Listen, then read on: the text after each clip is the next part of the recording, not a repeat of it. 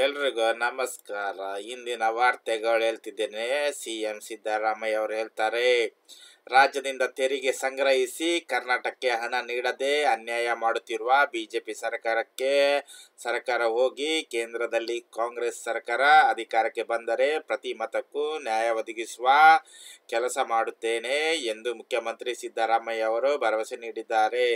ಸಾಮಾಜಿಕ ಜಾಲತಾಣದಲ್ಲಿ ಬಿಜೆಪಿ ಚೊಂಬು ಸರ್ಕಾರ ಎಂದು ಹ್ಯಾಶ್ಟ್ಯಾಗ್ನಲ್ಲಿ ಪೋಸ್ಟ್ ಮಾಡುತ್ತಿರುವ ಅವರು, ರಾಜ್ಯಕ್ಕೆ ತೆರಿಗೆ ಪಾಲಿನಲ್ಲಿ ಅನ್ಯಾಯ ಎಸಗಿರುವ ಬಿಜೆಪಿಗೆ ಈ ಚುನಾವಣೆಯಲ್ಲಿ ಚೊಂಬು ಕೊಟ್ಟು ಕಾಂಗ್ರೆಸ್ಗೆ ಕೈಗೆ ಬಲ ತುಂಬಿ ನಾವು ನಿಮ್ಮ ಪ್ರತಿ ಮತಕ್ಕೂ ನ್ಯಾಯ ಒದಗಿಸುತ್ತೇವೆ.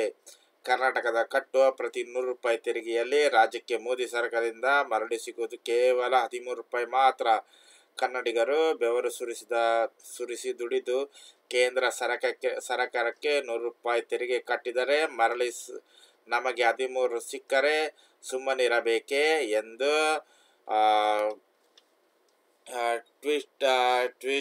ಟ್ವೀಟ್ ಮಾಡಿದ್ದಾರೆ.